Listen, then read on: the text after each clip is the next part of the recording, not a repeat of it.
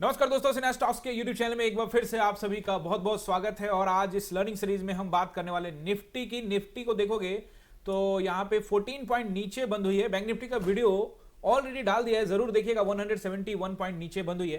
देखो बाजार को अगर आप देखते हो अभी, तो बाजार कहीं ना कहीं जोन में यानी एक रेंज में काम कर रहा है, यानी कि रेंज बाउंड हो गया है। तो क्या इसके बाद संभावनाएं बनती है, क्या रेंज किस तरफ ब्रेक करने का? आप सोच रहे होंगे कि सर अगर रेंज बाउंड हो गया है तो किस तरफ ब्रेक होगा, ऊपर नीचे? तो कहीं ना कहीं इसको समझना बहुत जरूरी है। अगर आप इस चीज को समझ लोगे तो कहीं ना कहीं पैसा आपका यहां पे बन सकता है। आप सेटअप समझ लोगे तो एंट्री और एग्जिट की बात आएगी। और अगर आपने सेटअप समझ लिया तो आपको बस ध्यान रखना है कि एंट्री आपकी सही जगह पे हो और एग्जिट वहां से बहुत नजदीक हो, यानी कि एसएल आपका बिल्कुल छोटा हो। बस इतनी सी चीज है।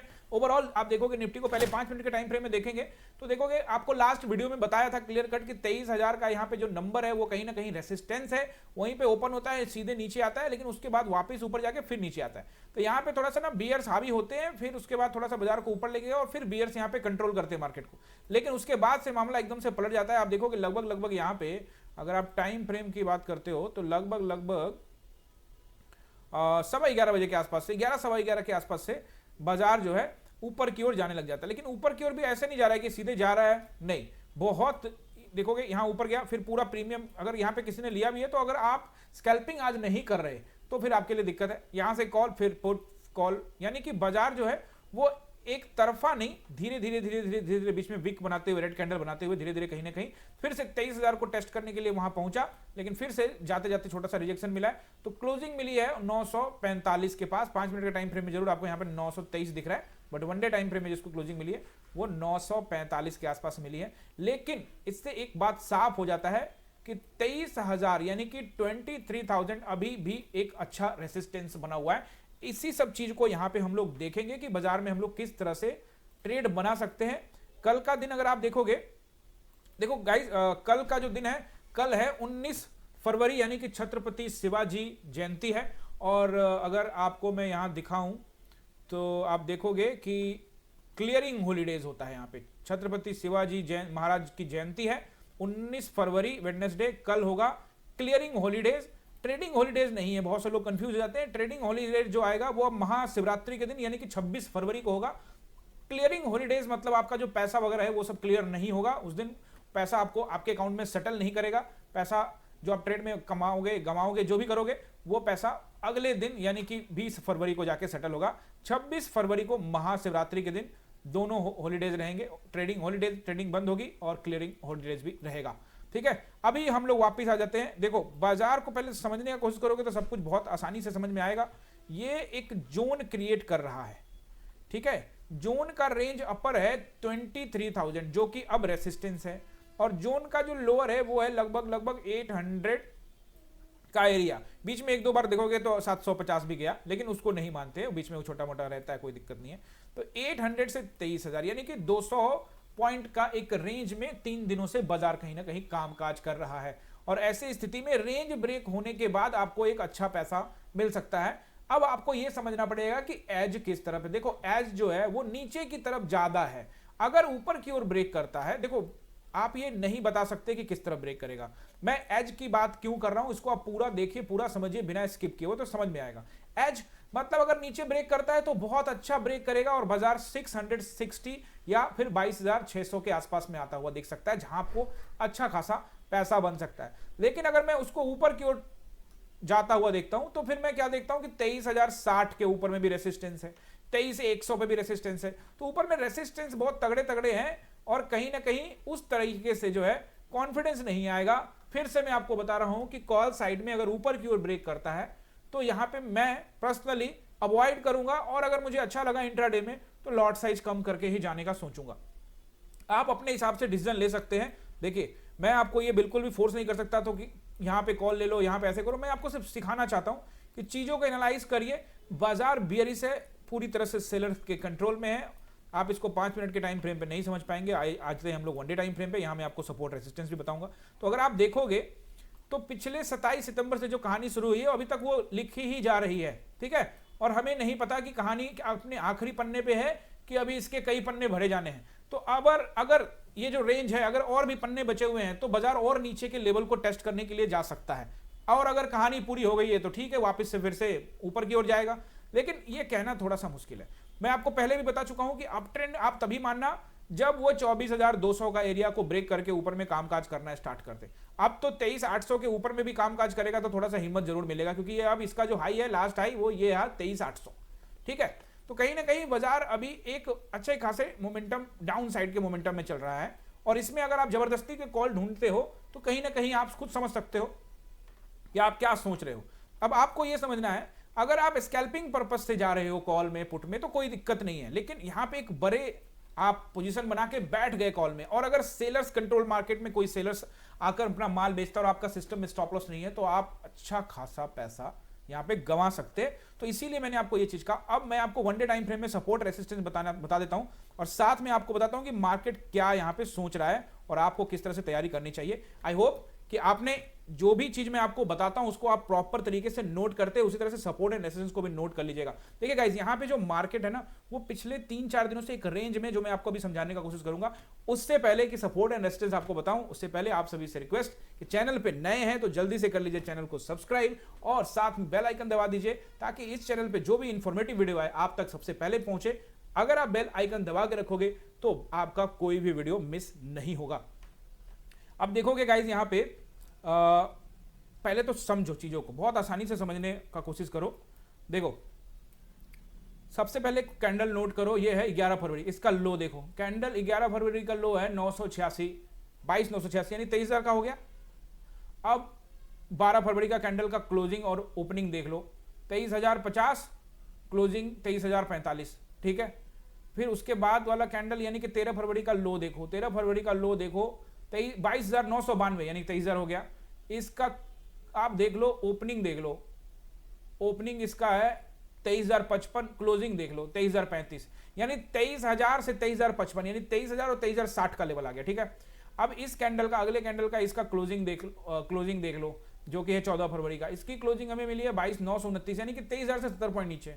कल वाले कैंडल का क्लोजिंग हाई देख लो 974, यानी 23,000 के आसपास। आज का हाई देख लो 22,992, यानी कि 23,000 के पास। और आज का ओपनिंग भी देख लो 963, क्लोजिंग देख लो 945, यानी कि 23,000 के आसपास। ये पूरे कैंडल का लो हाई कुछ ना कुछ पॉइंट मैच कर रहा है, यही सारे पॉइंट मिलकर रेसिस्टेंस या सपोर्ट बनते हैं। द मेजॉरिटी ऑफ कैंडल्स एक ही जगह पे खड़े हो जाएं, इसी को सपोर्ट एंड रेसिस्टेंस कहा जाता है। कि अगर मेजॉरिटी ऑफ कैंडल्स ऊपर में बहुत सारा बन गया है और नीचे से मार्केट आ रहा है तो रेसिस्टेंस है, और उसी तरह से मेजॉरिटी ऑफ कैंडल्स नीचे बन गया और ऊपर से मार्केट आ रहा है तो ये नीचे वाला आपका सपोर्ट है। बस ये चीज है। सपोर्ट एंड रेसिस्टेंस का एक वीडियो, स्पेशल वीडियो डाल दिया है, अगर आपने वो नहीं देखा है तो जल्दी से जाके देखिए, लिंक आई बटन पे मैंने लगा दिया है। बहुत इंपॉर्टेंट वीडियो है, वो आप देखोगे तो सपोर्ट एंड रेसिस्टेंस से रिलेटेड जो आपके सवाल है वो आपके बंद हो जाएंगे। आपको क्लियर समझ में आ जाएगा कि सपोर्ट एंड रेसिस्टेंस को कैसे ढूंढना है, और इससे आपको यह भी पता लगेगा कि मेरा टारगेट क्या होगा और मेरा एसएल क्या होगा। उस सपोर्ट एंड रेसिस्टेंस का वीडियो जरूर जाके देखिएगा, आई बटन पे लिंक लगा दिया है। तो अब आपको यह बात समझ में आ गई कि कहीं ना कहीं 23,000 का जो नंबर है, 23,060 के आसपास का नंबर है, वो कहीं ना कहीं रेसिस्टेंस है।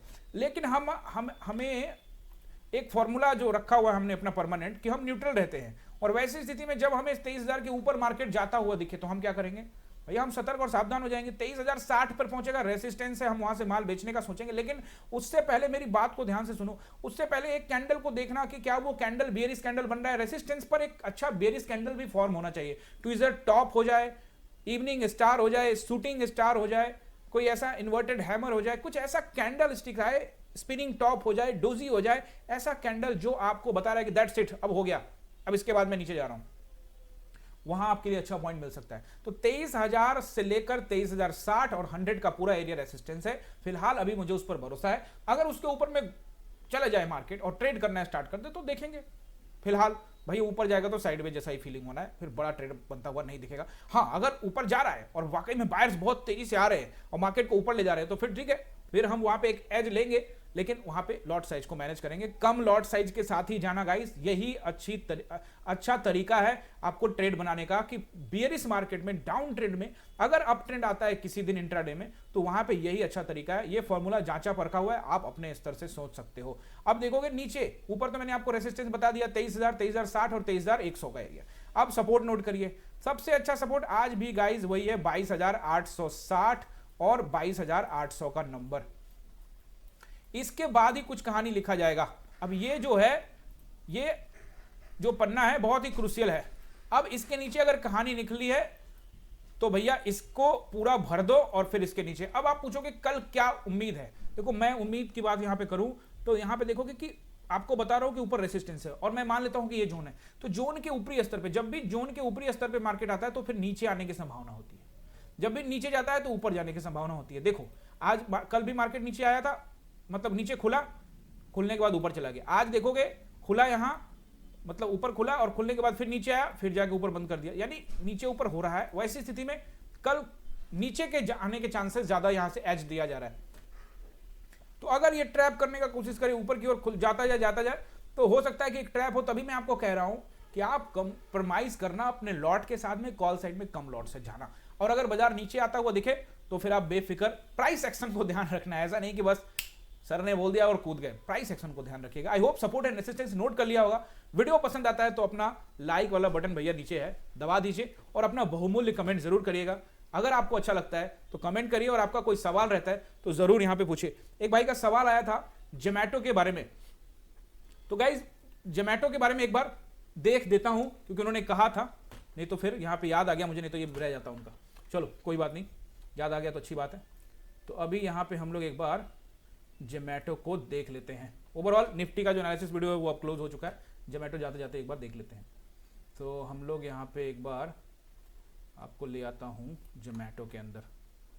तो पहले इसको पेंसिल ले लेते हैं ब्लैक और अब आ जाते हैं जोमैटो में। ये आ गया जोमैटो का चार्ट। ओके गाइस, तो उन्होंने, उनका जो कमेंट है यूट्यूब पर है और